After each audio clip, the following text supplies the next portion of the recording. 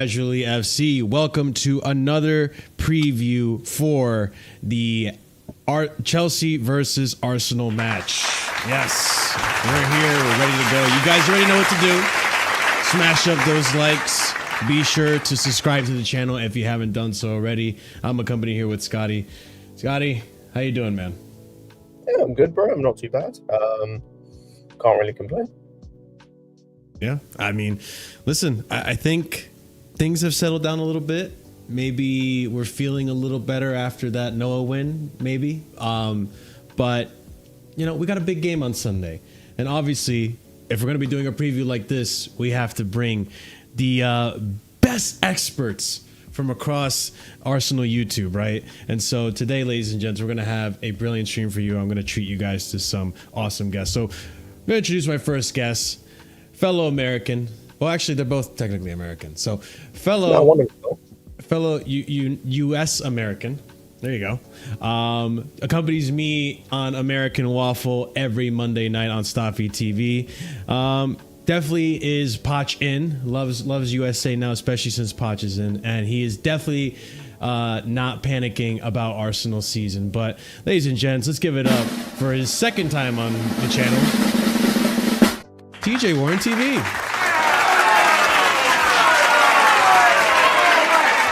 I've never heard. Brother, this guy stinks! I've never heard somebody lie so much about one person bringing them on the scene before, bro. Like that was no, the only thing I heard that was true there was Arsenal expert. Thank you so much. I really appreciate it. YouTube expert. Some people would disagree with you. Some people would disagree with you, man. but you know, those people are wrong. It's totally fine. Big up, guys. Let's go. Let's talk about it. We've been looking forward to this game for a while, and Poch out already. Let's go. I can agree with that 100%. I am not a clown. Our second Arsenal expert. Man's been doing this for a hot minute now. I remember coming into this YouTube space and seeing a gal already waffle on multiple channels. But hey, that's what makes him so entertaining. So without further ado, obviously, ladies and gents, give it up for our Canadian friend, our brother from another country, the hat of the United States, Igal. Let's go. I am not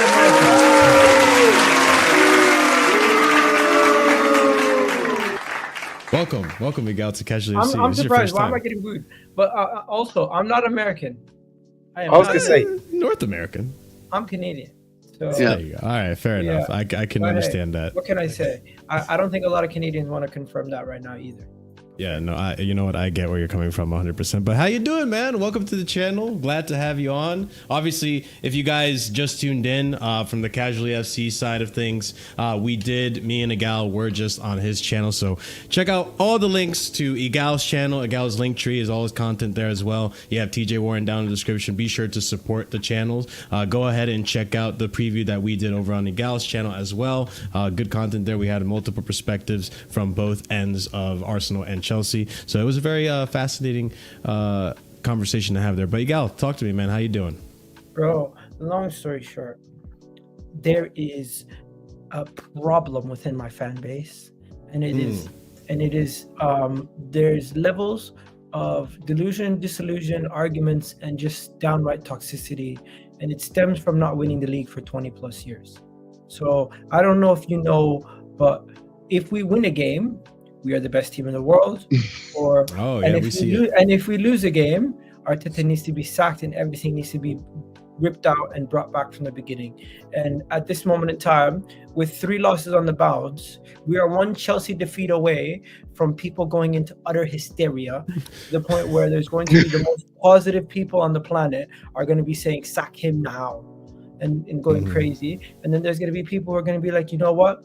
Maybe we can turn this around, maybe we can't. But overall, I don't know how I'm going to feel come Sunday after the game. But I do know one thing, we need to win this game. And I would say we need it more than you guys. I mean, I would agree with that last part. I feel like with Arsenal, Big up Prime, with Arsenal, if you guys do lose, I feel like your fan base are gonna very much replicate this. It's time to go! You already know where that's from, obviously. But I mean, I'll start. I have a question for you guys in the Arsenal lot. TJ, I got to start with you. I think you and Igal stand on two different I think you guys agree on a lot of things and have similarities outside of the fact that you're just Arsenal fans. But I think you guys differentiate in this perspective, and I kind of want to see where you guys mend the bridge. TJ, if you guys lose tomorrow, is it a top 4 race, or do you still think you can be in a title race? It's a top 4 race, unfortunately, because we would need to depend on Liverpool and Man City to drop off in a big way, and we have not been consistent enough this season to convince me that we would still be challenging for the title.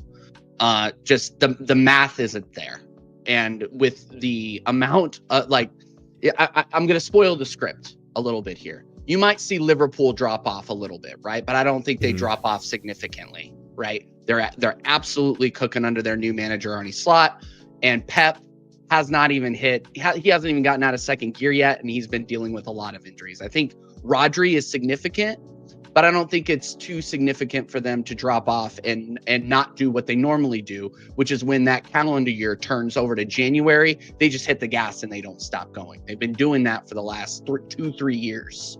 Same script. So unless we see something significantly change with those two clubs, I don't see how we catch up at this point if we drop all 3 points this weekend, which I don't believe we will, by the way. I know we're going to get into that, but it's one of those things where just mathematically to be this far behind this early in the season, it doesn't look good. I mean, Igal, I'm sure you have an opposite opinion to that. I mean, or maybe you don't. I don't know. You tell me. If you lose this weekend to Chelsea, where do you stand with your club? Do you still think you're in a title race, or is it too late at that point? We're not going to be in a title race or a top 4 race. We're going to solidify ourselves as third. That's what it's going to be. And if we get back into the title race, it's only because Liverpool and Man City have both fucked up massively. Mm-hmm. And if we were to win this week, we've seen Liverpool drop a 7-point lead before. We've seen Arsenal drop a 7-point lead before. We've seen Man City, come back from 13 points down. So it is possible. And just so you guys know, before the defeat against Bournemouth, Arsenal won 16 out of their last 17 games. So I am not too concerned about the ability for us to go on a run. I just need to see our attack start firing, and I do believe with Martin Odegaard potentially coming back, and the hopes that we don't start getting stupid red cards anymore, we can progress further. The disciplinary issues and the refereeing and all this other stuff cannot be a problem going forward. We need to focus on ourselves and fix up, and we just can't complain. Like we have ourselves to blame to a certain degree, and it's leaking into our Champions League performances. It's leaking into our performances in other competitions. But yeah, the Inter game, Arteta said if we play the same way we played against Inter versus Chelsea, we win. And yeah, if we get 21 shots on goal and we create all those chances, I expect Robert Sanchez to mess up, unlike the other goalkeeper that we face in Yao Summers. And yeah, People talk about defenses. To me, it's not about Chelsea's defense. It's about the Santa Claus you have in your goalkeeper position. that is the thing. With Santa Claus as your goalkeeper, he's gonna give everyone a gift here and there. And so far, Brighton has been given 2 gifts. So we're gonna have to wait and see. Sorry. Yeah, that's Santa Claus saying like, "Yo, don't compare me to Robert Sanchez now. That's disrespectful." But I mean, Prime, do you think? Well, do you agree with the gal's analysis on this? Like, if they play like they did against Inter Milan, they're going to actually come to the bridge and get a result. I disagree, very heavily with that. No, I think Arsenal's best bet is to defend for 90 minutes and nick a goal off Sanchez's bulldozer mistake. I think that's their best bet of winning the game. Because I don't trust Sanchez at all. But in terms of our remaining 10 players, yeah, I think we can do enough to beat Arsenal. You're not in. I still respect how like good you guys are, but you're not in the best of form. So if there is a chance of beating you, it would be right now. Mm-hmm. But again, we do know how well Arsenal are defensively. If you just sit back and defend for 90 minutes, you'll frustrate Chelsea, and you'll nick something off Sanchez. I think that will probably be your game plan. Anyway, so. Scott, do you feel like that's going to be the same game plan, or do you think Arsenal are going to come out a little different? No, I think that's going to be the same game plan as what Arteta's done most of this season. No matter who they played against. I didn't watch the Inter game, so I don't know how they played in that game. But most of what I've seen from Arsenal has just been the same. It's been very defensive. It's been Jose Mourinho football. Yeah, without the results. No, they've got the results, like for the most part. But yeah, it's been Jose Mourinho football. And like for Arsenal, it just makes sense to play that way. Like we've seen this season when it comes to us, like if you allow us time on the ball in terms of in defense and in terms of in goal, we'll create our own mistakes. Like that's how we concede mostly. It's just making our own mistakes.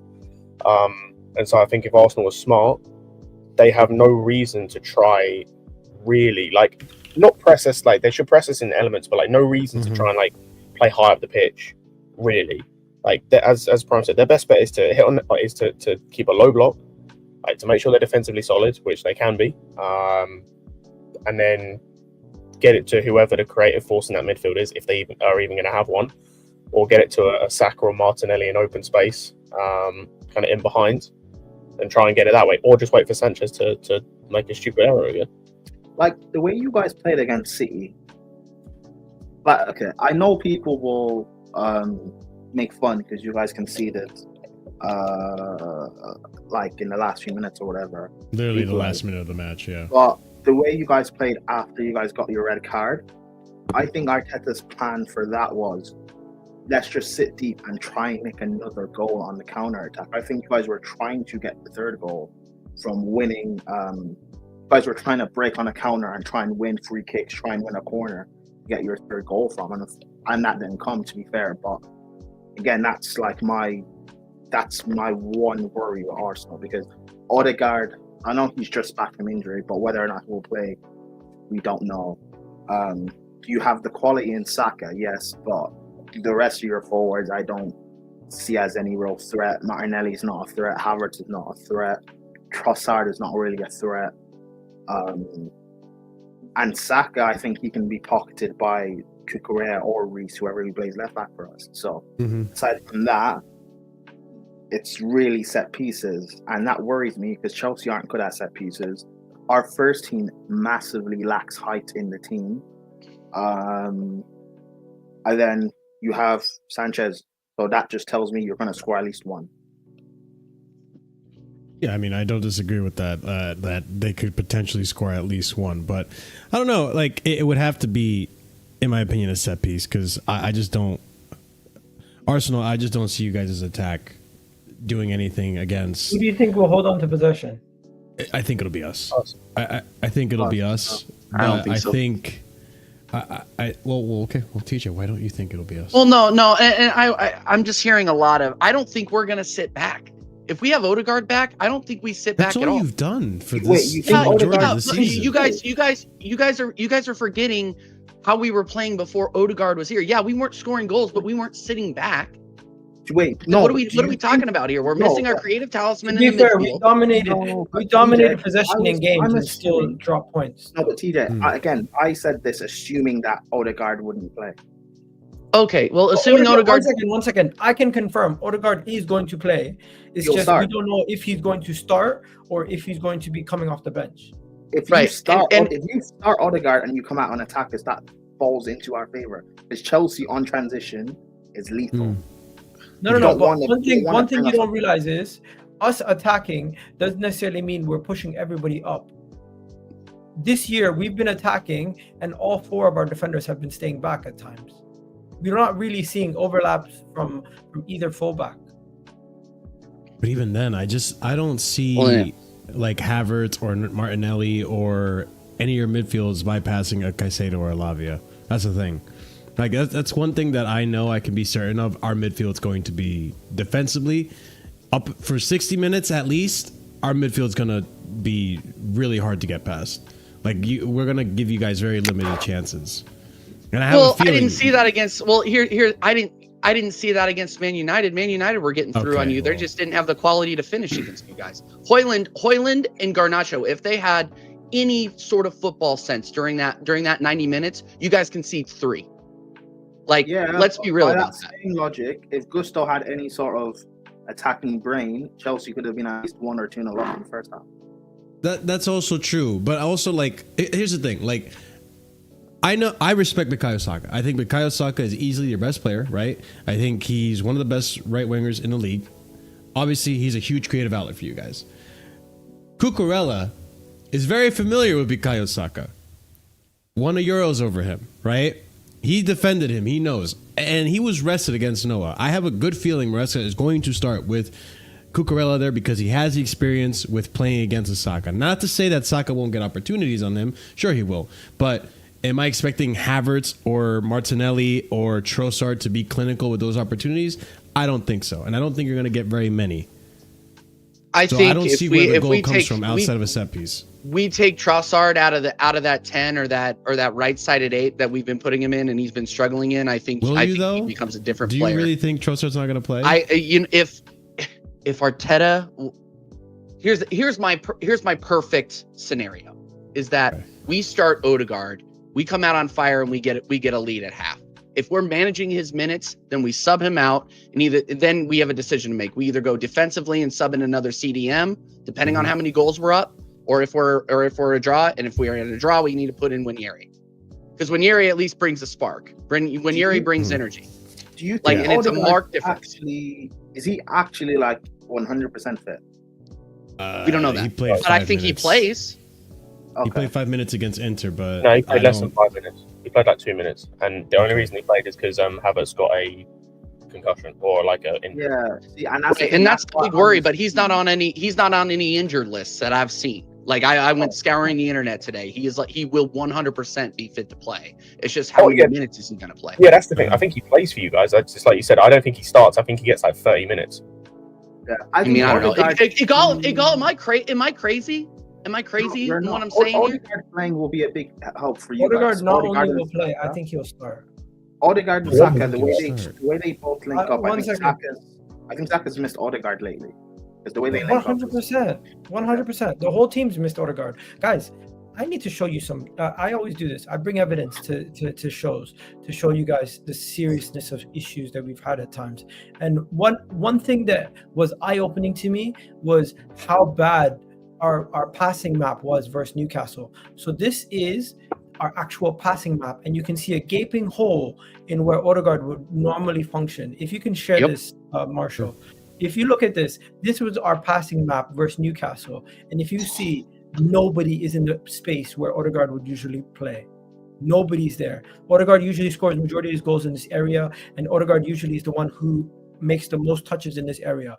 There is no touches in the middle. There's only a couple passes into the box, and even then it's like one actual pass successfully made in the box. This is a disgrace, and these are I'm pretty sure the main reasons. This is the main reasons why we miss a guy like Odegaard and why a guy like Ethan needs to play. And you want to know something? These touches, these 2 touches, this touch here, and here, this is all Ethan when he came on at the end of the game. So I was going to say that one vertical pass outside of the box, I remember him making that pass. Yeah. So it's like none of these things are actually things that were going on throughout the 90-minute. Majority of the 90-minute was a donut. Marshall, bring up the beautiful game class comment.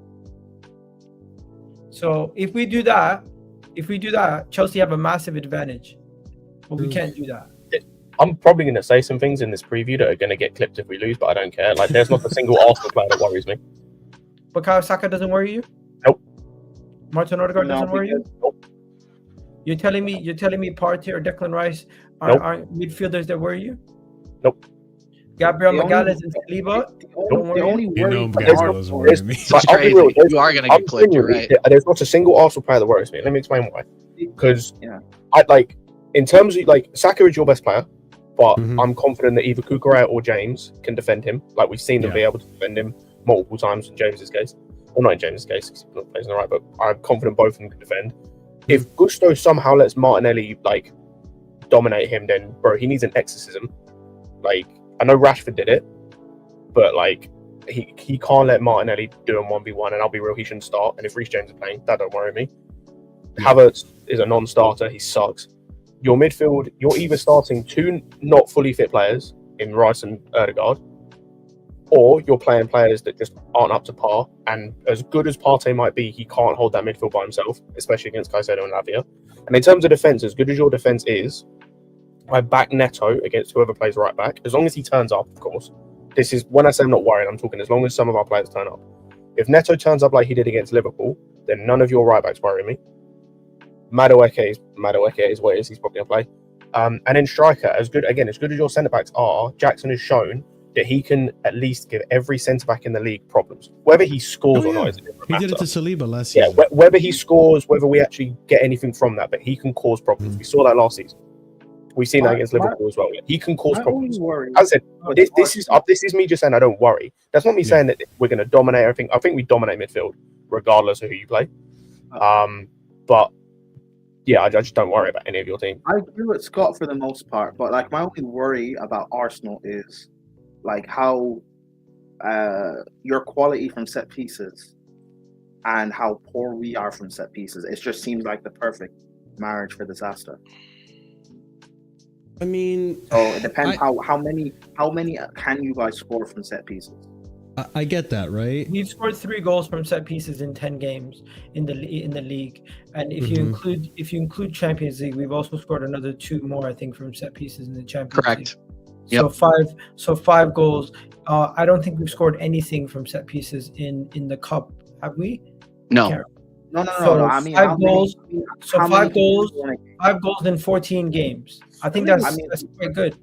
No. I mean, how many can you score in a game? Because I mean, from open play, as much as I rate Saka and Odegaard, I think Lavia can defend against Odegaard, and Kukurea or James can defend against. I think anybody in our front line on their worst day can score on Sanchez. 1 second. You guys do realize. You have to get past our defense. You guys do realize you've given every one of your opponents goals except for 2. I know. 2 clean sheets. You guys are not this team that shuts down people defensively. Yeah, but nor are Arsenal. So how many can you guys score? This season we have conceded, but it's because of the people who we've been playing. We've been playing some of the best teams in the league. I agree with you. That the goals we've conceded is due to Sanchez, because the majority of them are because of Sanchez. No, it's not just Sanchez. But what I will say is, like, I agree with you in the sense of, like. 1 second, Scott. The reason why I want to mention this is because it's very important context. We've gone away to Man City, we've gone away to Aston Villa, we've gone away to Tottenham, and also, if I'm not mistaken, we're now going away to we've gone away to Newcastle. We're going to be going away to Chelsea. These are the tougher grounds to go away to in the league, and we're doing this all within the first 11 games of the season. Now, with a small sample size of games, and also being a lot of these games are at some of the toughest away grounds, you're going to see poor performances offensively. You're going to see poor performances defensively, because some of these teams are the better offensive teams in the league. And I don't think Arsenal are being judged based on how good we actually are, but we're being judged based on a microcosm of a small sample size this season, and we're being painted with a harsh brush. And if you actually analyze the performances, if you analyze the level of fixtures that we've gone in, and you analyze the situations that we've been under, for example, 10 men for over 150 minutes this season, you're gonna look at that and you're gonna say to yourself, "Hey, maybe they're not as bad as we think they are. Maybe we're kind of over egging it, because last 2 years they were much better to start the season, and they weren't facing these type of teams. They weren't having these type of inconsistencies." I agree, guys. I agree. I don't think you're as bad as what people are trying to make out. However, Chelsea are also not as bad as what people have. No, but I do think it's easier for Chelsea to improve from where they were last year than it is for Arsenal to improve from where we were at the back end of last year. Yeah, I mean, the bar is low, right? The bar was a lot lower for Chelsea. Yeah, so people are going to be the level of optimism from Chelsea fans from going from where you were to where you are now is still a big jump to go from where you were last year to where Arsenal were at our lowest last year. I still No. think there's a big bar. No, I disagree. No. What? Like- Wait. No. What do you mean? We're not. I think talking there's about- still I still think there's a big gap in quality from Arsenal to there's Chelsea. also- I don't think there's a gap in quality as such. There's also a big gap in Yes, I do. quality. I do think there's a gap in quality, and I Yeah, think you I guys are agree. being blinded by your No. good start to the season. No, we're not. Yeah, I agree. There's a gap in quality. There's also a gap in quality between Arsenal and Newcastle, between Arsenal and Bournemouth, and they've Yes. managed. Yeah. Yes, they did manage to beat us, and I acknowledge that the Newcastle game was poor, but the Bournemouth game, we went down to 10 men. If we go down to 10 men after 30 minutes to Chelsea, I expect to lose. But it's not because you went down to 10 men why you lost. It is Against Bournemouth, yes, it is. No, but in your 100%. other game, but in your other games as well, like you guys just haven't been performing how you were last year and the year before. 1 second, we've only lost 2 games. And you dropped points in your others as well, no? Oh, but you didn't Yeah, mention we've had that. a You few just said draws. the I games mentioned we your lost. I mentioned your other games. You guys Okay, so haven't we been- dropped you haven't points. good We dropped this points season. versus Man City, where we were down to 10 men. We dropped points versus Bournemouth, where we were down to 10 men. We dropped points to Brentford, Brighton, where we're down to 10 men, and we drew to Liverpool, which was That's a lot of 11 games. 11v11, but we did have but two you major keep saying injuries 10 at men, the end but of the game. that's but you keep saying 10 men, but that's due to the ill discipline in your team. No, but that's my point. Is I agree with you. It is due to whatever you want to call it, refereeing, discipline, whatever. But it also determines people's analyzation of Arsenal season, which is not really being judged fairly, because when you have 30% of your performances having red cards, and you also have what do you call it, a large portion of your games, 5 of your games at tough away grounds to start the season, you are going to with injuries and suspensions to some of your best players. I'm not even going to get into injuries, because everyone gets injuries. Everyone gets injuries. But I feel like it's important to the context of the conversation, though. In the context of the conversation, if you look at the performances versus Man City and Liverpool, you guys should look at Arsenal and be like, hey, they still have it in them. I know, I agree, but you say context, but everyone has to deal with some sort of injuries or suspensions. And No, but I feel like there's less understanding of the context when it comes to Arsenal, where Man City, the reason giving them the benefit of doubt. I see people giving Tottenham the benefit of the doubt. I see people giving Manchester United tax. I see people giving you guys touch tax. I want to hear what Scott has to say. I see people getting the benefit of doubt, but from my perspective, as an Arsenal fan, I don't see us getting any benefit of the doubt for our red cards or our difficult fixtures. But hold on, guys. Hold on. Let's get some. You don't give rivals and then benefit Scott. of the doubt, Igor. I do. To be fair, I do. I am not somebody. With Chelsea, you don't. With Spurs, you don't. 1 second, bro. You don't watch all my content then. You I probably watch a lot of your content. With Chelsea and Spurs, you don't give benefit of the doubt. Excuse me. I was one of the main people to back Chelsea last season to turn it around. I was one of the people who said you guys could finish third this season, coming into this season. Also, Tottenham. You were the same one that said Spurs have a better squad than us. Yes, going into the season before when they were expected to sign Ivan Toney and they were expected to go and make massive changes to their summer, they didn't make the changes that I thought they were going to make. You guys, and on paper to start the season, to be fair, I thought they had a better squad than you, because Lavia didn't play much and Caicedo was performing poor last season at the beginning of the last season. Beginning, yeah. I mean, so you changed your mind when Chelsea started to perform, right? No, I changed my mind when I seen that Tottenham did not make the adequate changes needed.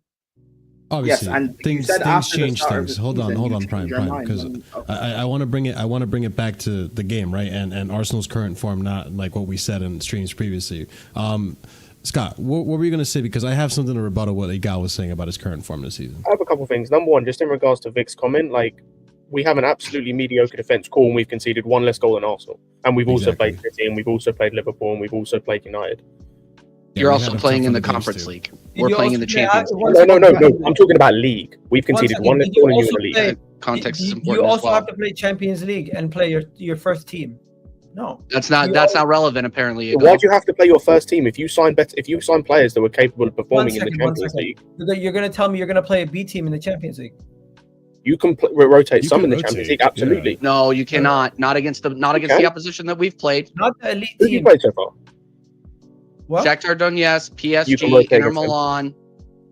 PSG Right aren't now, you PSG can like 100% in rotate eliminate? They're in horrible form. Like, you Oh yeah, can rotate PSG. it. Yeah, we beat. It we doesn't beat- matter. We still need to beat the we best beat team in. Italy at We home. still need to beat the best But team in France at home. But this is Like, where I what's- get at, right?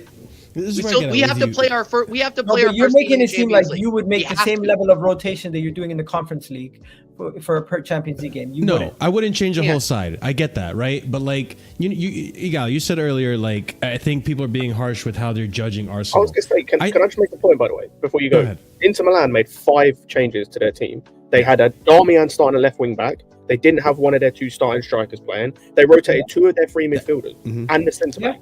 That leads And me you to wanna my know something? point. When you have Like, they multiple can players injured, and you're already kind of Again, short, this making those comes- many changes is difficult. Okay, who are the multiple I players? agree. You Gal, wait, started can I just most say- of can I your just say team that this, started. Gal? I looked at the Let team me as just say your this. starting 11. Most Gal, of the team. Yeah, most of your team No. is starting players. Yo, when Man City lost to Sporting, what were your thoughts on that? When Man City, I thought Man City were the better team in the first half. In the second half, they got battered. No, but what were your thoughts on it? Did you laugh? Do you think it was funny? Of course, I'm gonna laugh. They lost 4-1. But with context, they had all these injuries and they had to play academy guy at centre back. Surely there's context there. We shouldn't be laughing, right? No, one second. There's a difference between laughing and there's a difference between now saying all of a sudden that Man City are shit because they lost to Sporting or they lost 3 games. One of the best teams in the Champions League, by the way, on form. Joker is absolutely killing Oh, him, yeah. and They're first. Severin They're has those first guys place, humming. yeah. They have not. Yeah. They haven't lost a league game yet. No. Like- By the way, I think this is very relevant. I think And it's very played in relevant. academy He brought up centre Man back. City. He brought up Man Yeah. City. Listen, Man City have not won a competitive game in 3 matches, but yet And they Arsenal. have injuries. But yes, they do have injuries, but yet Arsenal are being dragged through the mud way more because Man City have won We 2. expect more from City. But Poorly here's why. titled. Here's why. Here, let me rebut that because that goes with the point with piggybacking off of what Scott just said. Right? You look at that Inter Milan side, and the fact that they can rotate 5 players into that team and still get a result against you guys, with you guys having, you could say, okay, I'll Off give of you a pen. Sure. Still, was a results narrow still got to defeat. be there. Yeah, It was a narrow whatever. defeat. It's It was a narrow defeat, and we didn't play well. They didn't play well. Yeah. Like, it was At the not. end It of was the not a day- fun game at to the watch. end- At the end of the day, though, like you guys needed 3 points and you failed to get the 3 points, right? Yes, But- away at Inter, but I Hey, think a lot of we're people still comfortable in the looking Champions at, League. The way a lot that- of people were looking. I get that. A lot of people. My- A lot of people were looking at that Inter Milan game already, at least from an Arsenal perspective, and saying, "Hey, it's probably going to be a draw or loss." But Like this that is is that is where a tough away game.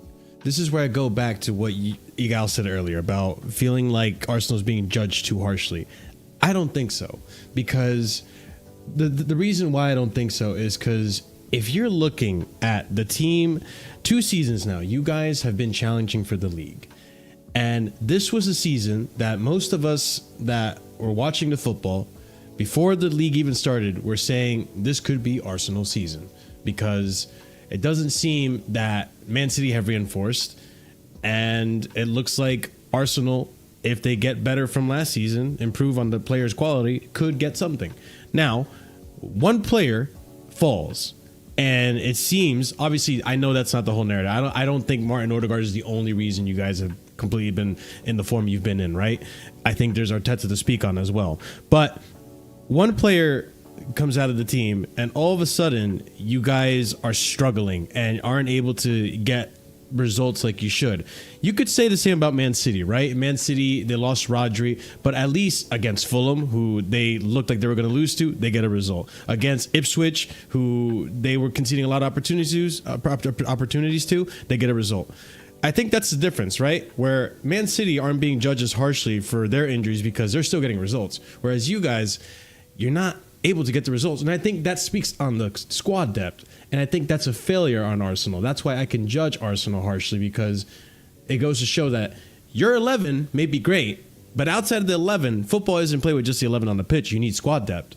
I think when you look at the depth at Chelsea versus Arsenal, I think our team overall is a better team because we do have the depth as well. If we lose Cole Palmer, we can bring on a João Felix or an Nkunku. If we lose Jackson, we have stop. I wouldn't be using João Felix as like a bragging. Bro, Scott, you're doing Oh, my flow here. Marshall, you nearly had me, bro. I You nearly almost had had it. I it. nearly landed such Marshall. a You good were point. you were this Yeah. close. You were this close. Yeah, I was really close. But you get my point. You get my point, which is why I kind of feel I have the better team. This is kind of with what I went back to earlier, and I think neither team should be scared of the other team or worried about the other team. Like neither team should be worried about the other team, because I think these teams are close. Like I think Arsenal are slightly better, but I think it's more than just talent. I think it's also a case of like mentality as well, in terms of like they're just being there. Let me just say something about your defense. Who are your starting center backs? Probably Colwell and Fofana. Yeah, Cole. And Fofana. Who are the backups? Thaddeus Shield and Post. Yeah, they suck. Like you're not gonna hit any props from outside of I'll say this by the way about our centre backs. I would tell every centre back. Caicedo and Lavia. Who's after them? Enzo. And I don't know, probably like Hall, I Cassidy guess. or Dewsbury Hall, maybe. Yeah. Probably Dewsbury. Dewsbury Hall. Next, if you're not playing Madueke, who I don't even really rate, who's gonna play on the right? Neto. Yeah, it could be Neto. Okay, and then who's gonna? Neto's been playing on the left though, to be fair. So. But Yeah, Neto's he's been playing good. on the left, right? Mm-hmm. I think So our starting wingers will be. My whole thing is Mhm. squad depth is based on how much you actually rate the players that team has. The reason why people rate your team is because you went out this window and you strengthened your squad depth massively, right? Arsenal, we have not done that. I agree. We have not spent a lot of money on our squad depth. We have not really trimmed down our squad. And Hold on, you guys have spent a lot of money though. One second. I just feel like it's misspent. This past Go ahead, window, go ahead. we did not spend that much money. That's what I'm saying. And as for our squad depth, well, if Saka's out, we have Jesus who can play there, and we have Raheem Sterling who can play there. If Martinelli's out, we have Trossard who can play there. If Havertz doesn't play, we have Jesus and Trossard. We have 6 attackers who are rotating for 3 positions. You guys have a lot more attacking. So we're gonna laugh at Felix. I'm being so real. Like I'm not laughing. One second. I'm making a point. But guys- Sterling and One second. Felix are both laughable. Before you jump in and interject, you don't even understand my point. Then you go to the midfield. I feel like the midfield is where we actually have more cover in the midfield, as if Odegaard goes out, we should be playing Ethan, but Arteta's playing Trossard. If Partey doesn't play, you have Jorginho and Rice. If Rice doesn't play in the 8, you have Marino who can play there. You have Partey who can play there, and you could even play a Havertz or a Trossard there. So Arteta's gone with a really thin squad in the midfield and the attack, but in the defense, where we thought we were the most susceptible to injuries and have been, because we can't trust Zinchenko, we can't trust Tomiyasu, we've never trusted Kieran Tierney for the last 2 years. Ben White has been reliable, Gabriel Magalhaes has been reliable, Saliba has had injuries in the past, but we can trust him. Kivior, jury's still out on him. Calafiori has just signed and looks like he's a quality player, and Timber just came off an ACL injury, but he looks like a quality player also. So Arteta has built from the defense, and that's where we have the most squad depth, as where you guys have the most squad depth in your attack, but defensively you're kind of screwed one injury away from having a massive issue again. So then, but this is why I go back into Scott, hold on, Scott.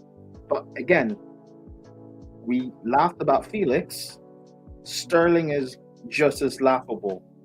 Okay, but then you also have I'm not finished. We're talking about all the numbers you have in your defense. But let's be real. Tomiyasu, like, hold that for Sterling. is he still even that good anymore? I know Arsenal fans rated him a few years ago. If Tomiyasu's fit, he's better than majority of players. No, he's not. Yeah, he is. No, he's not. What are you saying? No, he's not. Tomiyasu doesn't start for Chelsea. That's not the bar. You said he's better than the majority of our players. He doesn't start for Chelsea. 1 second. I said majority of players, not your players specifically. I said majority of which players then? United's players? Liverpool's players? In general. I think Tomiyasu's a quality player, and just because he hasn't played recently, all of a sudden you're completely disregarding him. Name people. City's centre backs? No. United's probably. 1 second. You guys rate Reece James highly because he's a quality player, but he's always injured. So why all of a sudden Why all of a sudden is Tomiyasu being treated with this harsh brush? Yes, he. Oh no, I'm not tarring him with the brush if he's injured. I'm tarring him. He's like I rate Tomiyasu. He's a good defender. He's a good player. That's what I'm saying. He's not. Yeah, he's a good player, but he's not in the same conversation as a Reece James. He's a squad player out of all players. I'm confused. No, you said Tomiyasu. Name me other comparables. Is it Man City's centre backs you're comparing him to? Is it Man United's? Name me. So you're saying Tomiyasu is a player. I would put him in the likes of, like, obviously he's not as good as an Akanji or Ake, but he can play across the whole back line like those players, and those players are very valuable to a team. If he's fit and available, he fills in. That's not that good. If he's available, he fits in all over the place. So I don't exactly know what your argument is. I think you're meaning though, like in the sense of a squad player. Hold on. No, my point. Because honestly, I don't want to argue for the sake of arguing. I want to understand what your point is. You're okay. My point is, I don't even know how we got onto Tomiyasu, to be honest. I was gonna say, I'm surprised Tomiyasu. Why are we talking about Tomiyasu? He's not going to be pitched tomorrow. What's the point? Basically, he got offended. He got offended that you guys said Joao Felix, and he's trying to find Poa. Can I speak? No, you're just making assumptions. Can I speak?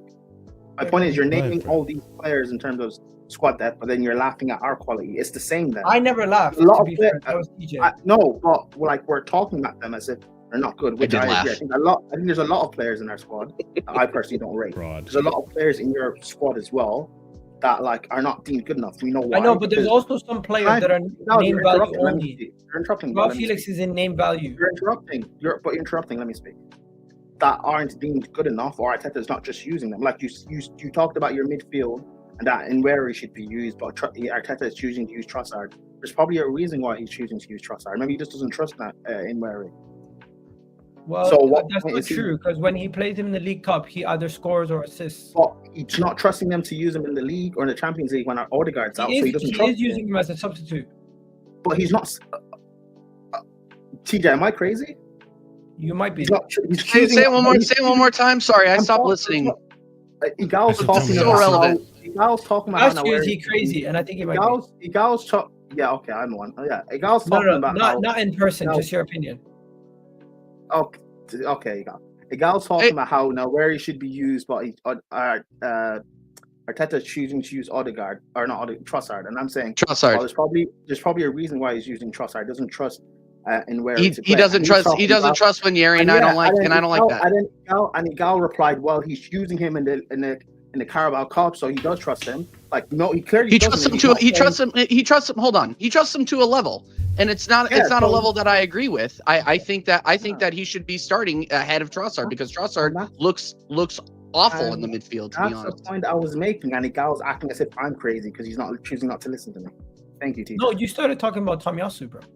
Yeah, we were talking about Tomiyasu, and I stopped listening because it's so irrelevant to the conversation and the game. Something because whatever, man. Listen, I don't think me personally. Well, it's not outlandish to think this way, right? Like I can't sit here and pretend like it's outrageous to think that Martin Odegaard could start in Sunday's game. He might. Listen, it's not outlandish because Reece James started after not having started for how long against Liverpool, and he played 60 minutes, and we were all surprised he was even in the starting lineup, right?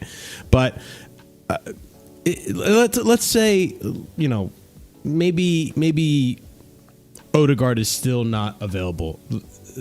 TJ, I'll ask you, and then we'll go to Gal. Why is it that the solution, right, or at least one of the people touted to be something to help with the recent struggles of Arsenal in terms of the creativity, right? Why is it that Arteta's not entrusting Nweri at all? He brings him on as a substitute for a few minutes, but every time we see him, he's like, okay, well, this guy's giving us some creativity. Obviously, if the fans are seeing it, why isn't Arteta seeing it? Yeah, I just think it's he's too young, and Arteta doesn't trust him in these bigger games, and which is really unfortunate because I see it whenever this kid comes on the pitch, you see a spark immediately, and are his passes as crisp as you would see from a Premier League footballer that's been going at it for 5-6 years? Absolutely not. The kid's 17 years old. But you see a spark there. You see opportunities there. You're going to see more created from somebody like Ethan Wanyeri, who plays in that position with the under 21s and has been in Arteta's system for the last 3-4 years. Like, I don't understand it. Like, it has to be an age thing. It's unfortunate. But in Trossard, he just, like, I'm sorry, like, the guy looks shaky when he starts games, and he looks even shakier when he's in the 10. So we need to be shifting him back over to the left in relief of Martinelli, or even to replace Martinelli, because Martinelli's form shows that he needs to be dropped, in my opinion. That's a totally different conversation. But it's frustrating for me as an Arsenal fan to see Ethan Wanyeri come in and do a job, not only in the cup games, but when he came on against Aston Villa, he looked really, really impressive. When he came on for the cups of coffee that he did in the last 2 Premier League games, we looked a little bit more fluid offensively than we did with Trossard in the 10. Like, Igal, I'm really, really glad you brought that chart on, because I don't think I think that was probably Trossard's worst game for Arsenal, period. Because he was not completing any passes, and any passes he was either side to side or backwards. It was really, really frustrating to watch. So if Odegaard is not fit, or needs to have limited minutes, you need to be starting this guy against Chelsea if we're going to have a prayer of scoring an open play. Will Mikel Arteta play it safe? No, I don't think. Well, will he play it safe? Depends on if Odegaard's fit. I'll be like, me personally, if I was Arteta in this situation, I'd do the same tactic he did against Bournemouth with the free midfield of like Partey, Rice, and Merino, and just like. It's just negative. That's so negative. I know it's negative, but the reason I say that is for you guys in the midfield. I look at, if you're going to get any joy out of the game from the midfield perspective, you need to make Caicedo's life a living hell. And the best way you can do that is have like basically 2 guards on him at every point.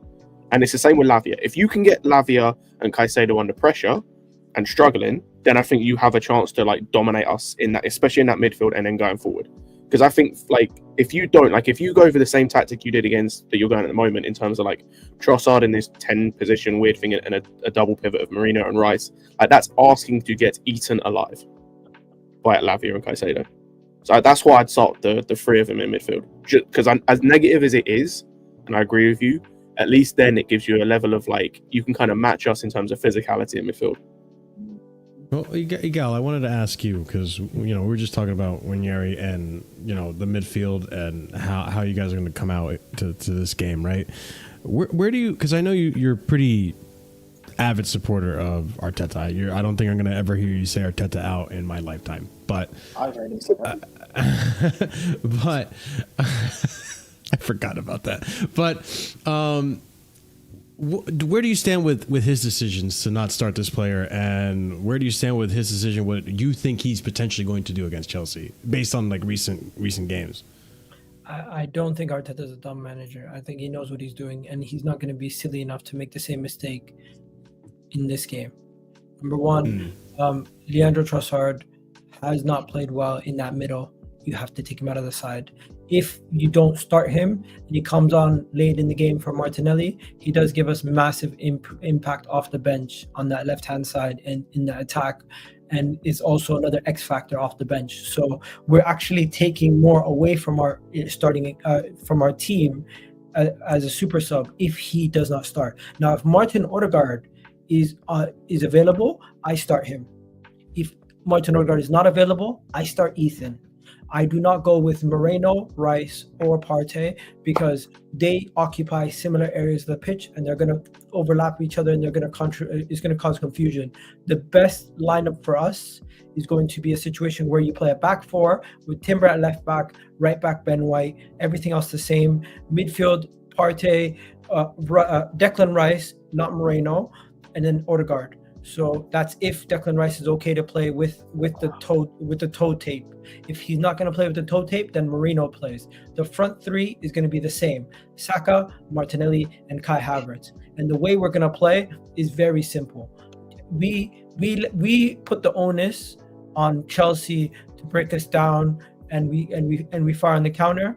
Once we get a goal, we sit on it. We try to see out some time to not make any mistakes, to not give you any balls in behind, not give you any space for players to run onto. We play compact. We do not double up anybody. As for the midfield trio, the job of Thomas Partey is to not chase around Cole Palmer. The job of our defenders and the back line is to just make sure they stay compact and do not let these guys catch you on 1v1s in any moment in time. We always need to make sure we have at least 2 to 3 players back and not getting beat on the counter, because that's where we're gonna get destroyed if we do. As we cannot ever let players run on us. And in the counter, we're actually really good as defensively. Where offensively, I think majority of our attack is going to be counter attacks, set pieces, and finally, the final thing is, you guys do have some height on you. I'll give you that. You guys do have some height on you in the sense you have Jackson, you have some physicality.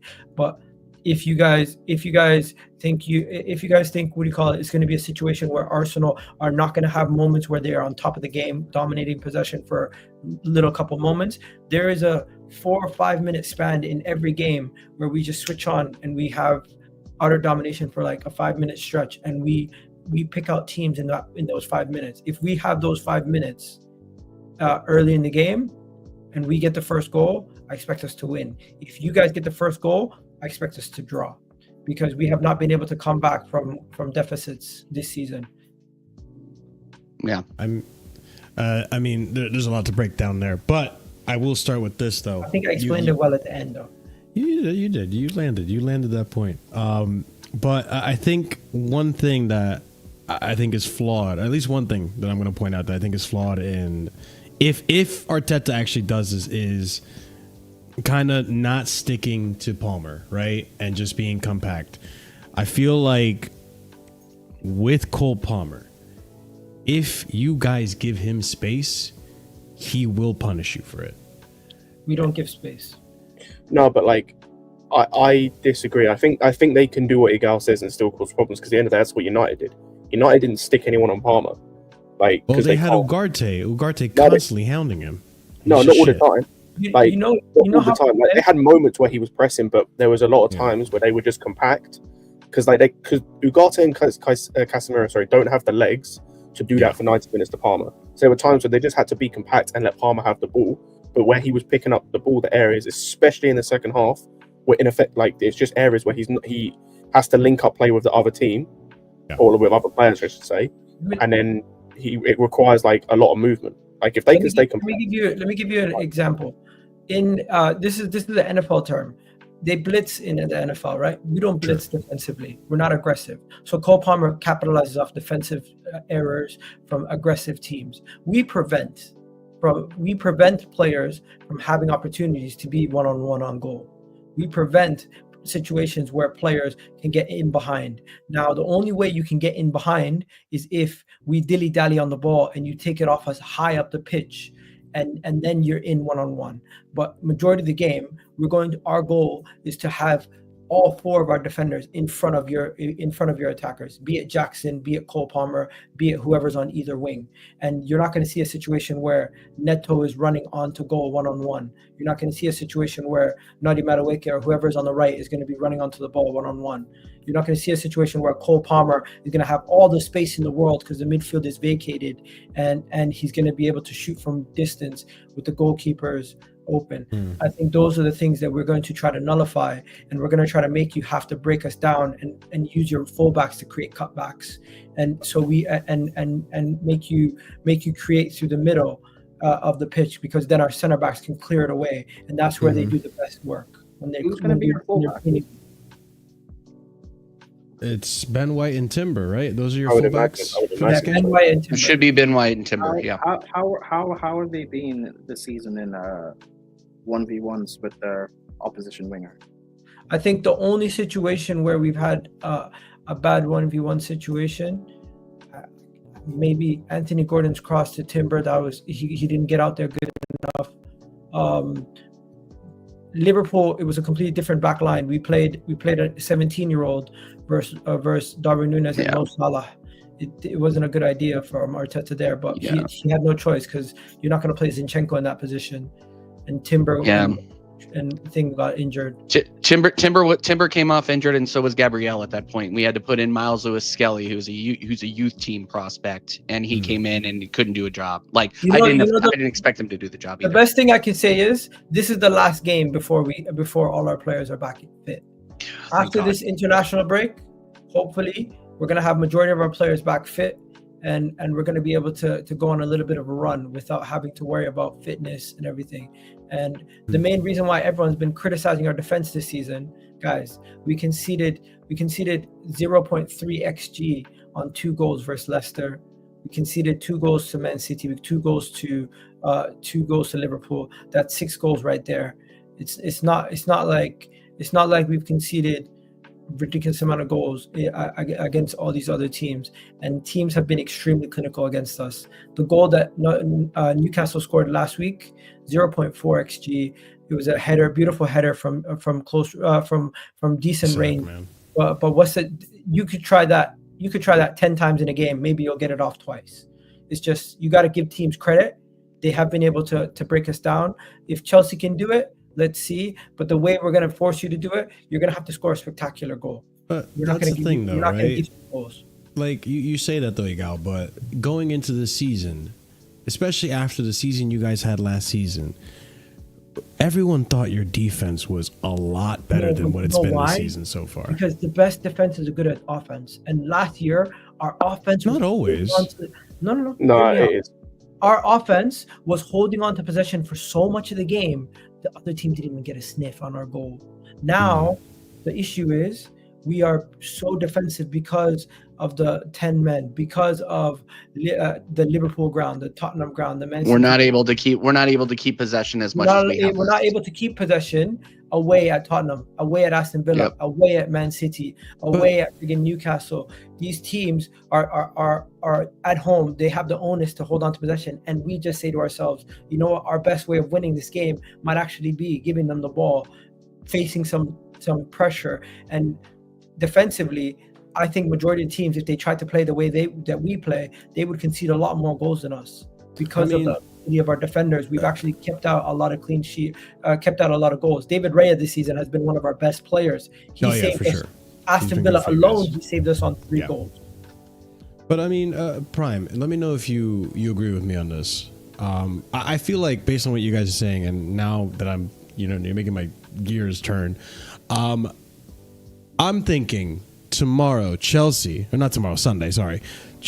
going to set up in a manner which we're going to mark out Saka out of the game.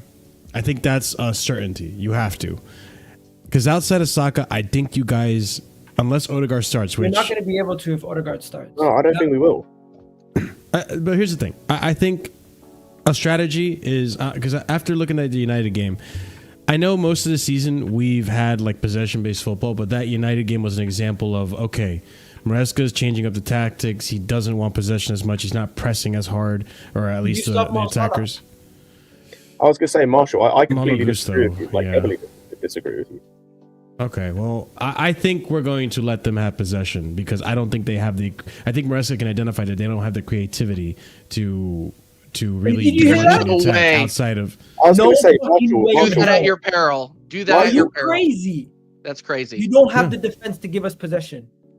You're not Newcastle. You don't have the back. You don't have the back line to keep us. If you go up 1-0, if you go up 1-0 and you give us possession, I guarantee you we score within 15 minutes. But here's the thing. I genuinely don't think you guys have enough creativity outside of Odegaard and Saka to create any chances when you do have the ball. But you're mistaken. You are not going to defend like Newcastle. You're not going to defend like Bournemouth. You are going to have Cole Palmer and your attackers attacking. Yes, but those guys are also good defensively on your side of the pitch. The reason why other teams were able to do that, they put 11 men behind the ball. Are you going to put 11 men behind the ball? No, we're not, Igal. But what I'm saying is that whilst having you guys keep possession, I know Nicholas Jackson can put in a tackle.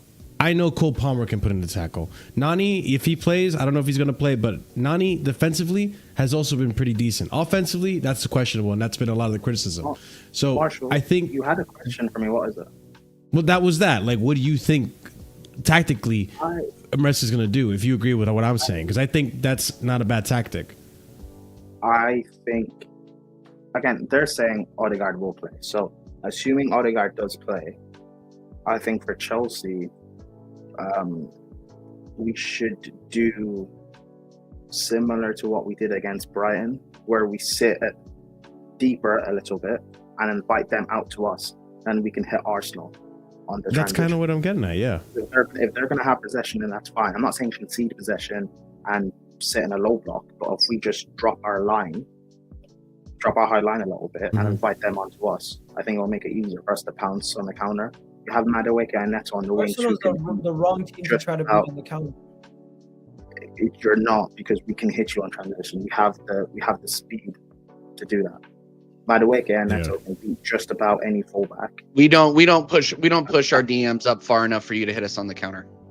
I didn't say you do, but I said if we give you the ball a bit and try and invite you onto us, I think we can do. I don't think so. So all the creativity comes from the front four. I really don't think that we're gonna be playing so far up the pitch that especially away, that we're gonna hit us on the counter. I know. I didn't say you'll be so far up the pitch. You just said you were gonna beat us on transition, though. The only way you can counter us. The only way you can counter us and find us out of position is maybe from a corner kick. Yeah, but Madueke and Neto, I trust them to at least be able to beat their man. I trust my defenders to not. I'm not talking about foot race. I'm just saying simply defensive IQ. I trust my defenders 1v1 versus all your players in wide spaces, and I trust my defenders to be able to manage. Now, if we were to get a red card or a player sent off or one of our main players got injured from now to the game, it might change. But at this moment in time, with the 4 defenders I expect to play in that game, I don't think counters is going to be what beats us. You're going to have to break us down with our defenders facing you. But that's like, when you look at the goals conceded this season, and obviously there is context, but even then, I'm not giving it that much leeway. You guys have 1 less goal conceded than us.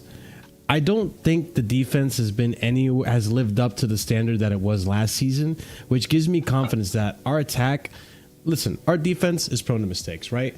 But when it comes to our attack, other than Malo Gusto last game, our attack is pretty fluid and it's pretty intelligent. Like, we tactically can get at your center backs and at your defensive backs. You scored 20 goals in the league. You scored 10 of them in 2 games. I get that, but we still have to do it, right? You still have to be able to score 6 goals. You still have to be able to score 4. You're telling me that your attack is amazing. I think it's the numbers are slightly skewed because of those 2 games. As for your overall attack this season, a lot of it has been on the counter, and I'll give you guys credit. You guys look a lot better. I do think your attack is good. I'm not disrespecting your attack. I just don't think is as threatening as everyone makes it out to be. I think you're more flat track bullies when it comes to facing Manchester United, when it comes to facing Man City, when it comes to facing Liverpool. You don't look as threatening as you do against some of these lower teams because they don't open up. They don't. What do you call it? Those teams end up getting battered by you guys because they play stupid against you. I don't think they respected you, West Ham, and they don't have the quality to defend the way they tried to defend against you. Brighton, they didn't. They basically did not show the level of respect needed after they scored their first goal, and then you ended up battering them from there. And then you go to the Wolves game. The Wolves game, they got too comfy, and you guys whooped them in that game also. So I understand you guys have been slapping up teams in the League Cup and the Conference League, giving you a lot of confidence about your attack, but there's context behind why your attack is looking so good. You're not playing in the Champions League. You're not playing the same team week in, week out. Yes, you have squad depth, but overall, I think it's slightly skewed because when you look at your 8-0 Conference League, gives you a lot of confidence, but your attack. You're downplaying us and being disingenuous by mentioning. I am not being disingenuous. I'm trying to give fair analysis at the same time. I'm You're trying to give fair analysis. You're being disingenuous by mentioning Conference League and Carabao. We're talking. No, but that is very relevant because your attack is not going to be looking as good when you play midweek. We don't play the same attack. We don't play the same attack. There's a difference. Yeah, we play different attacks. There's a difference when you play midweek and you play PSG when you play Genk. Like, it's just a difference. When you play Inter and when you play Noah, it's a completely different situation. Can I disrespect Armenian Noah? 1 second. I never actually got to finish before you. 1 minute. No, you finished speaking and then I was speaking. I never finished. Maybe I took a breath to breathe between sentences. Can I finish speaking? Thank you. You are being disingenuous because you're talking about, you're mentioning Carabao and Conference League. We haven't mentioned any of that. You have. You've talked solely on. You mentioned your attack. Again, let me finish. Thank you. We're talking solely on our league. I'm speaking about context. We haven't mentioned Carabao or Conference League. You have. We're talking about solely the league games we've played, which we all play the same amount of teams. We all play the same teams in the league. We're beating the teams that the other teams who are meant to be better than us are struggling against. Liverpool are struggling against teams that we've beaten. You struggle against teams that we've beaten. So, like, I think it's disingenuous to say, oh, well, you guys have also played Conference League, so your stats are skewed. Stats aren't skewed because we're not counting our Conference League goals. Yeah, I mean, obviously the 20 goals come from just the league. Go ahead, Scott. Sorry. I was about to say, that's what I was going to say, like, because when we talk about how good our attack is, most of us aren't talking about the squad options. Like, I don't rate João Felix. I don't really rate Mudryk that highly. Like, when I think our starting wingers will end up being Neto and Sancho, and I think Madueke has been decent this season. Not amazing, but decent. Mm-hmm. So, like, and they're guys that are playing the league. And I had look, we scored in every single league game this season outside of one, which was City. Yeah. So, like, that tells me that it's likely that we're going to score in every single game. That must mean your attack is good. So, like, and that's the thing. And that's for say also, just going back to the way we're going to play, like, that might work in terms of sitting back and whatnot. That's not how we're going to play. We play the same way every game, no matter who we've played. You don't think against United we let them keep more possession than usual? No, we didn't let them keep more possession than usual. We gave them the ball. You had more possession. Yeah, we had more possession, and the only reason they got possession in times is because we gave them the ball stupidly. Gusto gave the ball away. Slow transitions. Fofana gave the ball away. Whoever gave the ball away. That's why. Offside. Yeah, like that's why they ended up having like more of the ball than normal, is because we kept giving them the ball because we just played like idiots. I'm gonna have to go to sleep soon. I got work, But of course. Marshall, honestly, I think we're gonna win. I think it's gonna be a situation where it's gonna be a good match. It's gonna be close. I think we win, and I think it's gonna be like a 2-1, a close match where you guys concede against the run of play at the end of the game to try to get back into the game after we've gone 2-0 up.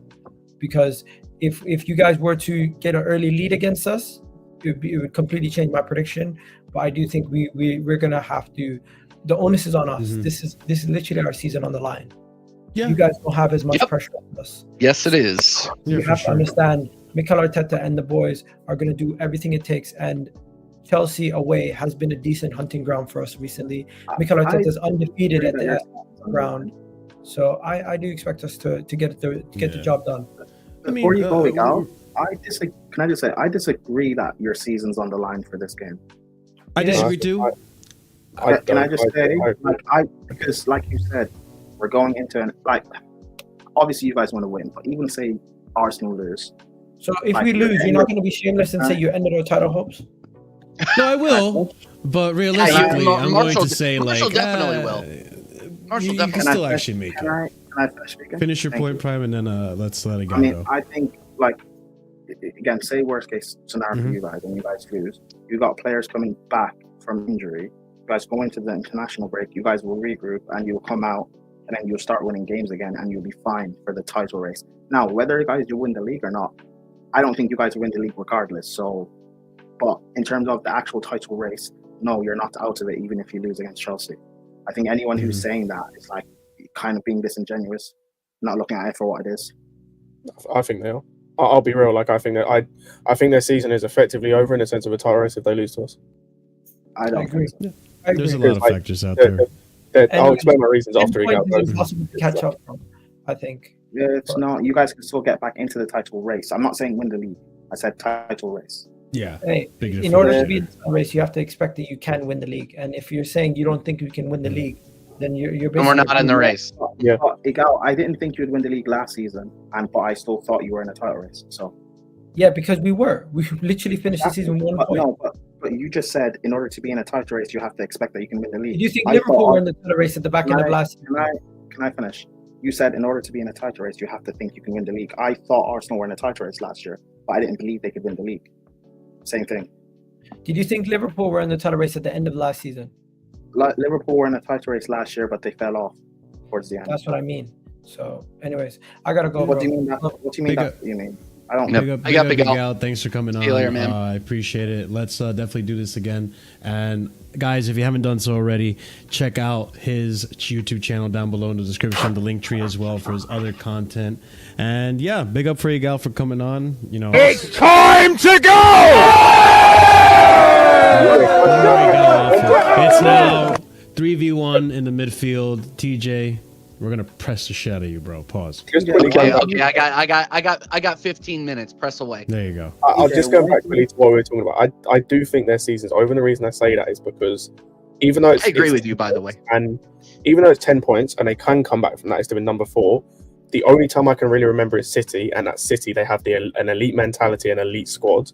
Also, like there's no guarantee come January. Like the thing is you look at who else is challenging for the title. I think Liverpool's squad is better and their manager is better than Arsenal's, so they have less to do in January. I also then think City, if they're like, for example, I think they need reinforcements, especially in midfield. I expect City to go and do that in January. Like, would it surprise anyone if they just slapped a £70 million bid for someone like Bruno G in January? No, it wouldn't. Like, it just wouldn't surprise anyone. Would it surprise? I would be shocked, for example, if in January Arsenal slapped a £60 million bid for someone like Gyökeres.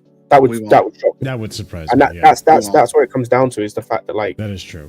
I think all of the 3 teams currently challenging for the league, because I think it is just 3, have deficiencies in their squad, but I think Arsenal are the least likely to actually go and address those deficiencies this season in January. I agree with you. And here's the thing. I think it's too early to say if Slot is better than Arteta. I think Slot has started very, very well, but he also was handed a squad that was managed by one of the most prolific Premier League managers we've seen in the era. So, you know, he obviously didn't win a ton, but he was still like, Klopp is going to be in the top 5 manager discussion for the Premier League for decades to come. I don't think anybody's going to argue against that. But Arne Slot, I want to have another conversation about Arne Slot when we get into January, not to get too much into Liverpool, but, you know, Liverpool, again, against the balance of play, against who they have played versus who Chelsea have played versus who Arsenal have played. They have not played the same level of competition yet. I know we ended up playing against them. They ended up getting a draw, but again, but I agree with everything that you said, Scott, about us doing the business in January. We won't. Like, past behavior is the best indication of future behavior, and we're not serious about getting a new striker in. We're not serious. We're not seriously linked to anybody. Any links that you're seeing is from some Twitter ITK, like Arsenal.now or some shit, saying that we're linked to Gyökeres. We're not. Gyökeres will probably end up going to United. Like, let's be real. And that's what's so disappointing about this. And I'm going to go on a little bit of a rant here. That's what's so disappointing about this fan base, is because we are the reason that Kai Havertz is still our 9. Because we did not put enough pressure and we glazed this guy enough for the front office to be like, you know what, the fan base is happy with the starting 11 that we have, and we're going to make a run at it again with Kai Havertz being permanently in the 9. And we're not going to worry about Odegaard possibly getting injured. We're not going to worry about any injuries to Saka or our fullbacks. We're not going to worry about any of that. We're just going to ride our luck, and we're going to go in. We're going to hope that, you know, bringing in Tommy Setford, Raheem Sterling on loan, and Calafiori is going to get us over the line. It's absolutely ridiculous, and that's my biggest problem with them. Is that with our ownership, is that we do not have any motivation or any ambition to get players that will get us, that will not only get us over the line, but get us over the line with room. You know what I mean? Mm-hmm. Like this is my biggest frustration. That's really my biggest frustration with the squad. Yeah. And that's why I think we're going to finish. Like, I brought this up and people thought it was absolutely ridiculous, but I don't think it's ridiculous. Like, if we continue this form, we could drop out of the top 4. Like, it is a possibility. We are closer to dropping out of the top 4 than we are to winning the league. That's in my on form. I disagree with that. I think, fine on form, but I think what you're just going through is a bit of a rough patch. That's why I think Arsenal will. Again, what I'm saying. I think we'll get third. I think we'll get third, but I'm just trying to say and I'll let you finish. I'm sorry. I just want to be clear. I want to be clear. And I know you've been getting interrupted a ton, Prime. So just real quick. I'm just saying, we are on our form, and even on the form before we lost Odegaard, it wasn't good offensively. We were still set piece off FC with him in the squad. So it's just, we really need a turnaround. We really need a spark for me to be yeah, we're still in the race. I know, I hear all of that. And again, I want to preface this by saying, I don't believe you guys will win the league regardless.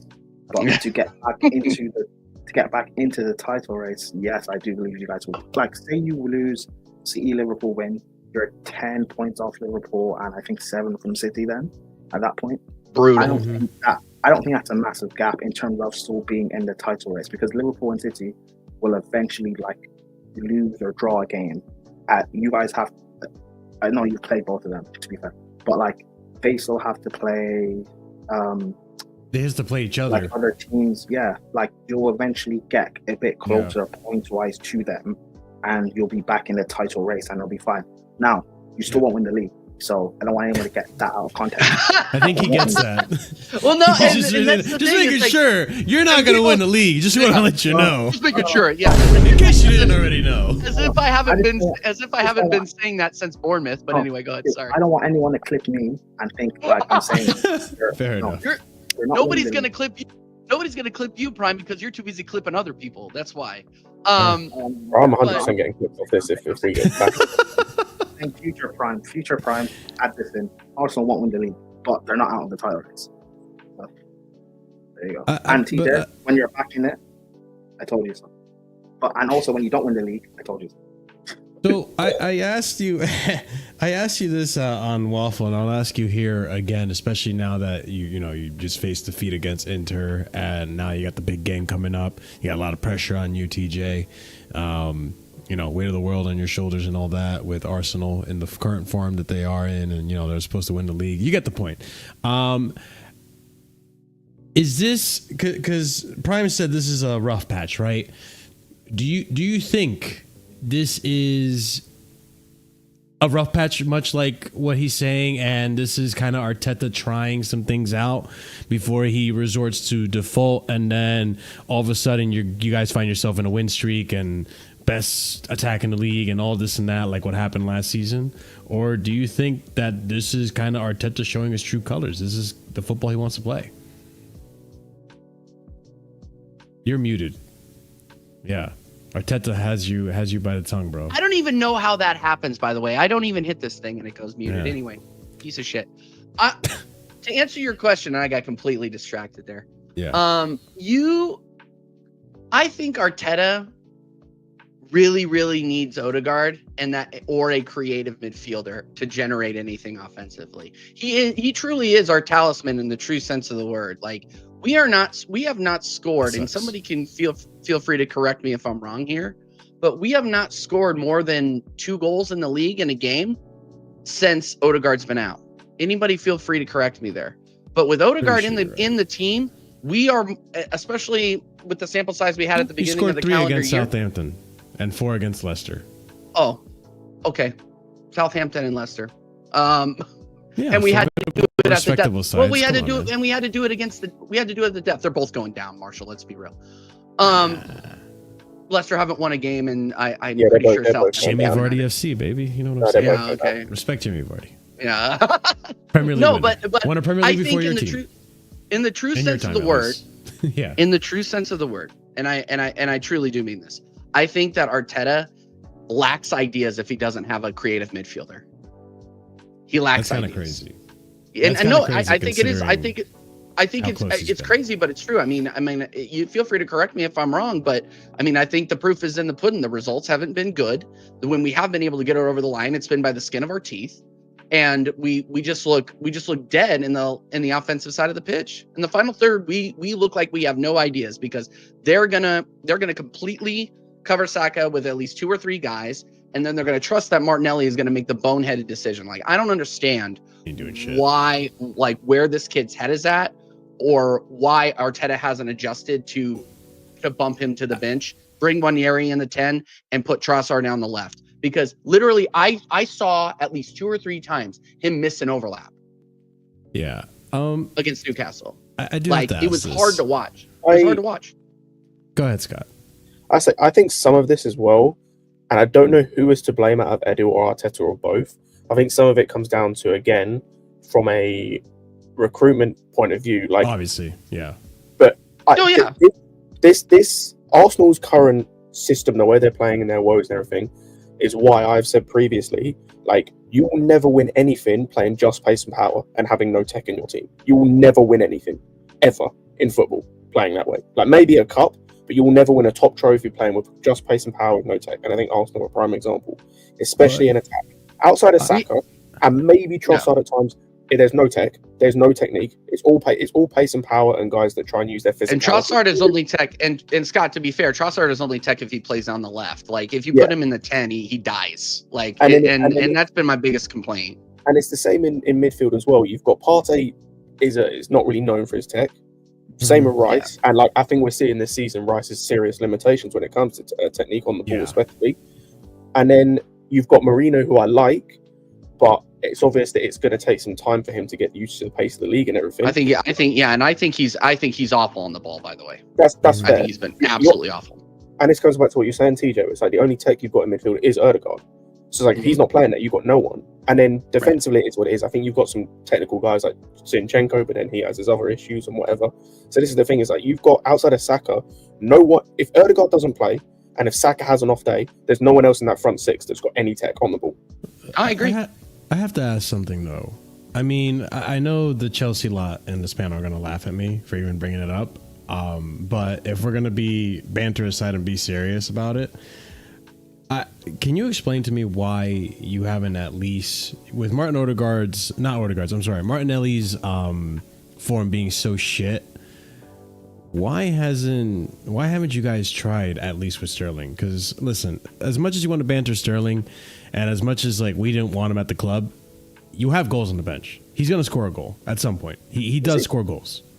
The problem, and we've talked about this on Waffle. We've talked about this on WhatsApp, Marshall. Like, this guy, I think he tries to do too much is the problem. Even coming in from the left, he gets into the box, and it's like he malfunctions. Like, he does all the right things but finish.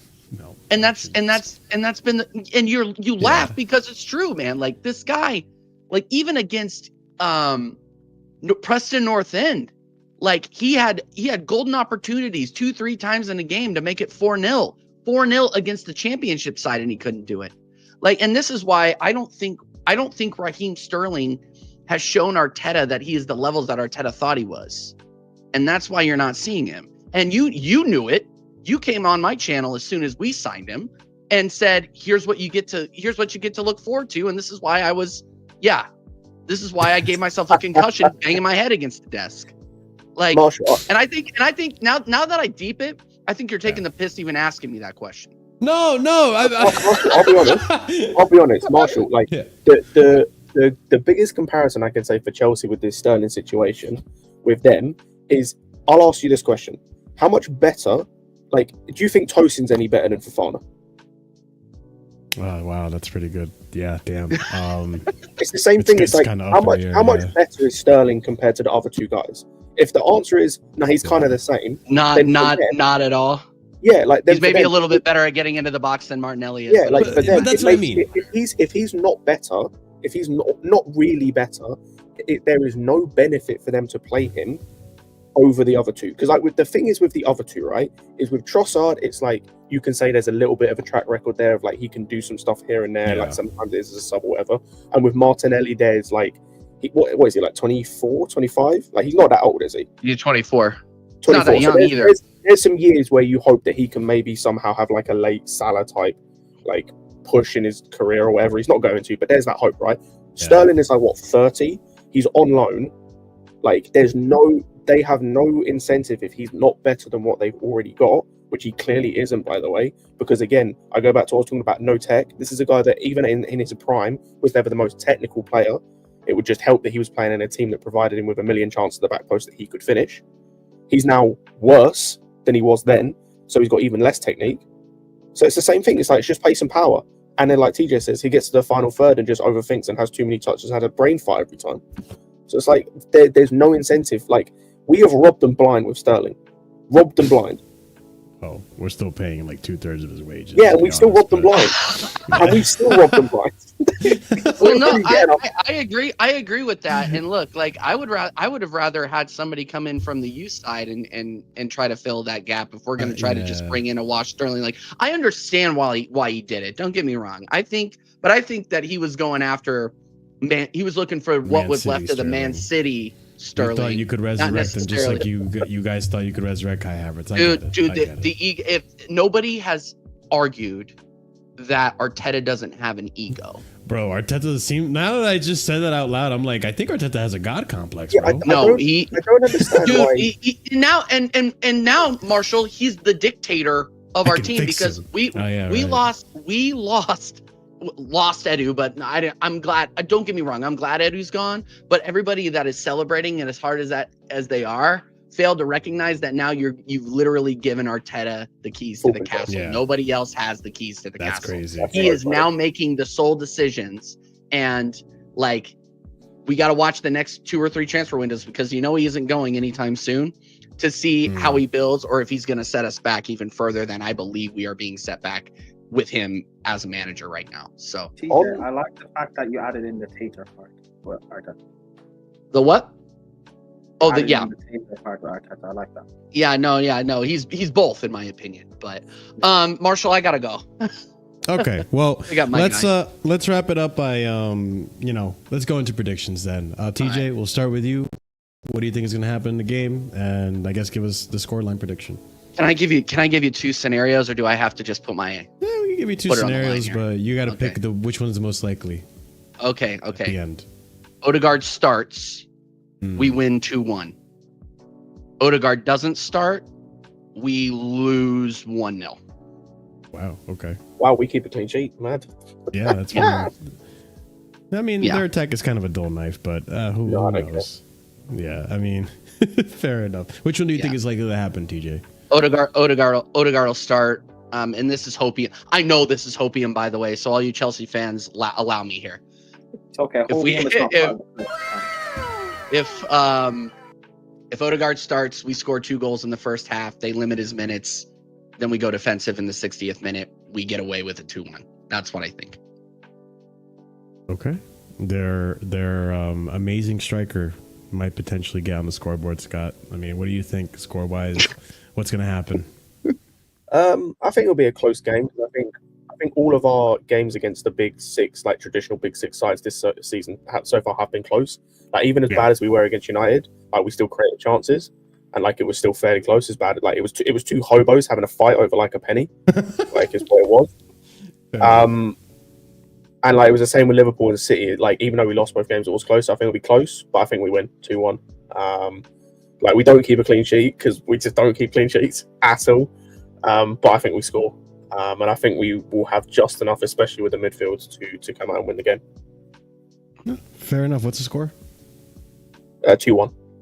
2-1 to Chelsea. Okay. Prime, what do you think is going to happen? Score prediction. My heart tells me we win 3-1.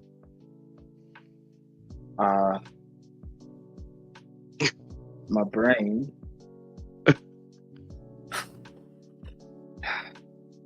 brain says it will be a draw.